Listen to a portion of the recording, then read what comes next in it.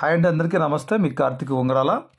ఇక మొత్తానికి చూసుకుంటే పెదకూరపాడు నియోజకవర్గంలో జనసేన పార్టీ ప్రభంజనం అయితే మొదలైందని చెప్పుకోవచ్చు. ఈ తరుణంలోనే మరి చూస్తే బెల్లంకొండ మండల కేంద్రంలో మండల జనసేన పార్టీ కన్వీనర్ రమాదేవి ఆధ్వర్యంలో అయితే నేడు అనగా ఆదివారం ఉదయం 11 గంటల సమయంలో భాగంగా జనసేన పార్టీ కార్యాలయాన్ని అయితే జిల్లా జనసేన పార్టీ అధ్యక్షులు గాదా వెంకటేశ్వరరావు ఆధ్వర్యంలో అయితే నేడు ప్రారంభించారు. ఈ కార్యక్రమానికి పెద్ద ఎత్తున జనసేన పార్టీ నాయకులు కార్యకర్తలు అయితే పాల్గొనడం జరిగింది. అలానే కొన్ని రోజులుగా చూసుకుంటే బెల్లంకొండ మండలానికి సంబంధించి గతంలో జనసేన పార్టీకి సంబంధించి కార్యకర్తలు ఉన్నప్పటికీ జనసేన పార్టీ కార్యాలయాన్ని ఏర్పాటు చేయడం కానీ అలానే పార్టీ కార్యక్రమాలు పెద్ద ఎత్తున నిర్వహించడం కానీ ఎక్కడా లేదు. కానీ రమాదేవి వచ్చిన తర్వాత మొత్తానికి గ్రామాల్లో తిరుగుతూ పార్టీ నాయకులను కానీ పార్టీ కార్యకర్తలు అని మొత్తాన్ని కూడా ఒక తాటి మీదకు తీసుకుని వచ్చి నేడు కార్యాలయాన్ని అయితే ప్రారంభించారు. ఏదేమైనా ఖచ్చితంగా జనసేన పార్టీ అయితే బెల్లంకొండ మండల కేంద్రంలో అయితే పార్టీ కార్యాలయాన్ని ఏర్పాటు చేయడం, పార్టీ కార్యక్రమాలు కూడా పెద్ద ఎత్తున ఇక రేపటి నుంచి మొత్తం కూడా పెద్ద ఎత్తున కార్యక్రమాలు నిర్వహించబోతున్నట్లుగా రమాదేవి అయితే మనకు తెలిపారు. ఈ కార్యక్రమంలో నియోజకవర్గ అలానే మండల స్థాయి జనసేన పార్టీ నాయకులు కార్యకర్తలు పెద్ద ఎత్తున పాల్గొన్నారు.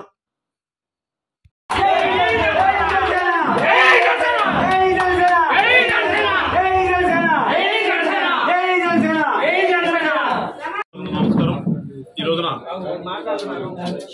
పెదకూరపాడు నియోజకవర్గంలోని బెల్లంకొండ మండలంలో బెల్లంకొండ జనసేన పార్టీ మండల అధ్యక్షురాలు తోట రమాదేవి గారు, అలానే పెదకూరపాడు నియోజకవర్గం సమన్వయకర్త ఎర్రంశెట్టి రామకృష్ణ గారు, ఇక్కడ నాయకులు శాఖమూరి శ్రీనివాస్ గారు, అలానే మా మండల అధ్యక్షులు అందరూ కూడా ఇవాళ ఈ బెల్లంకొండలో జనసేన పార్టీ ఆఫీస్ ఓపెనింగ్ కి అంత పెద్ద ఎత్తున నియోజకవర్గం నుంచి వచ్చినటువంటి మా నాయకులు కార్యకర్తలందరూ కూడా ముందుగా నమస్కారాలు చెప్తూ, ఇవాళ ప్రభుత్వం మీద వ్యతిరేకత ఎంతగా ఉంది అనడానికి ఇవాళ మాకు రాజుపాలెం నుంచి బెల్లంకొండ వరకు మా నాయకులందరినీ కూడా వీళ్ళు తీసుకొచ్చినటువంటి విధానంలో అంత పెద్ద ఎత్తున ర్యాలీకి పెట్టి ఇవాళ అర్థమవుతూ ఉంది. ఇప్పటివరకు ఏదో బటన్ నొక్కాను, ఏదో లక్షల కోట్లు పంచిపెట్టాను, ఏదో వాళ్ళ తాత సొమ్ము పంచిపెట్టినట్టుగా మాట్లాడే ముఖ్యమంత్రి గారు ఇవాళ 4.5 సంవత్సరాలకే ఎంత వ్యతిరేకత తెచ్చుకున్నాడు ప్రజల్లో. అంటే ఒక శాతగాని ప్రజాస్వామ్యం అంటే ఏంటో తెలియని, ప్రభుత్వాన్ని ఏ రకంగా నడపాలో, ప్రభుత్వం అంటే ఏంటి అనే విషయం తెలియకుండా ఒక వ్యాపారం చేస్తూ వ్యాపారాల నుంచి రాజకీయాల్లోకి వచ్చిన తర్వాత రాజకీయాన్ని కూడా ఒక వ్యాపారం చేసి నడిపే రాజకీయ నాయకులకి, స్వచ్ఛమైన రాజకీయ నాయకులకి తేడా ఏంటి అనేది వాళ్ళ ఆంధ్ర రాష్ట్ర ప్రజలందరూ కూడా గమనించారు. వీళ్ళ ఆలోచన ఎంతసేపు ఉన్నా కానీ మాకు అధికారం ఉంది కాబట్టి అధికారం అయ్యే లోపల మేము ఎన్ని 100 కోట్లు ఎన్ని 1000 కోట్లు సంపాదించుకోవచ్చు అనే ఒక ఆలోచన తప్పితే రాష్ట్రాన్ని బాగు చేద్దాం, రాష్ట్రంలో ప్రజలకు ఏది అవసరం అది చేయాలి, ప్రభుత్వం యొక్క విధి ఏంటి అనేది పూర్తిగా విస్మరించారు. వాడు మాట్లాడితే 3 రాజధానులు అంటాడు, మాట్లాడితే ఏదో పెద్ద ఎత్తున మేమేదో నొక్కేసాం, బటన్ నొక్కేసాను అంటాడు. కానీ ఎక్కడ ఏ పని కూడా కొంచెంలో మనం ఏమంటాం ఒక 20% కూడా అయిన సందర్భం లేదు. వాళ్ళ పెద్ద ఎత్తున నాడు నేడు అన్నాడు, పెద్ద ఎత్తున రైతు భరోసా కేంద్రాలు అన్నాడు. ఏ ఒక్క రైతు భరోసా కేంద్రము ఒక్క రైతుకు కూడా భరోసా కల్పించినటువంటి దాఖలాలు ఈ రాష్ట్రంలో లేదు. నాడు నేడు పెట్టాను, నేను పెద్ద ఇంగ్లీష్ మీడియం తీసుకొచ్చేస్తున్నాను, 3వ తరగతి పిల్లలకు కూడా టోఫెల్ ప్రవేశ పరీక్ష చేస్తాను అని ఒక అజ్ఞానంగా, అసలు టోఫెల్ అనేది ఎవరికి ఇవ్వాలి అనే విషయం కూడా తెలియకుండా రంగులు వేసుకోవడానికి, ప్రజలను మభ్య పెట్టడానికి నాడు నేడు ఒకటి తీసుకొచ్చాడు. ఇవాళ ప్రతి పల్లెటూరులో కూడా 5వ తరగతి వరకు ఉన్నటువంటి ఎలిమెంటరీ స్కూల్ని 100ల సంఖ్యలో ఉంపేపించి ఇక్కడ ఉన్నట్టు ఒక ఊర్లో నుంచి పిల్లలు ఇంకొక ఊరికి వెళ్లాల్సిన పరిస్థితి తీసుకొచ్చారు. దానివల్ల ఏమైంది, ఇవాళ విపరీతంగా డ్రాప్అవుట్స్ పెరిగినాయి. ఇవాళ ప్రభుత్వంలో ప్రభుత్వ పాఠశాలకు ఎగ్గొట్టి ప్రతి ఒక్కరు కూడా ఆ ఊరికి వచ్చే కాన్వెంట్ బస్ ఎక్కి కాన్వెంట్కి వెళ్ళి ప్రైవేట్ స్కూల్లో ఎడ్యుకేషన్కి వెళ్ళారు. ప్రభుత్వం ప్రైవేటు సంస్థల్ని తగ్గించి ప్రభుత్వ పాఠశాలలో పిల్లల్ని ఎక్కువ చేర్పించవలసినటువంటి విధి ఉన్నటువంటి ప్రభుత్వం కూడా ఇవాళ ప్రైవేట్ సంస్థలకు ప్రోత్సాహం కల్పించాడు. ఆనాడు ప్రతిపక్షం ఉన్నప్పుడు నారాయణ చైతన్య అన్నాడు. మరి పాప ఈ రోజు వచ్చిన తర్వాత ఇన్ని నోట్ల నుంచి ఒక్కరోజు కూడా నారాయణ చైతన్య గురించి వచ్చిన సందర్భం లేదు. వాటికి ఏ రకంగా లబ్ధి చేకూర్చాలో చూస్తున్నాడు ఇవాళ. సో ఏ సెక్టార్ తీసుకునేవాడు ఆంధ్ర రాష్ట్రంలో, ఏ ఒక్క వ్యవస్థ తీసుకునేవాడు ఆంధ్ర రాష్ట్రంలో పూర్తిగా నిర్వీర్యం అయిపోయింది. సో ప్రజలు వాళ్ళు గమనించారు, గ్రహించారు. అందుకనే ప్రతి ఊరిలో కూడా ఇవాళ మార్పు మొదలైంది. పవన్ కళ్యాణ్ గారు ఏదైతే కోరుకున్నాడో ఈ రాజకీయాల్లో మార్పు రావాలని, ఆ మార్పు ఇవాళ స్పష్టంగా వాళ్ళకి కనిపిస్తా ఉంది.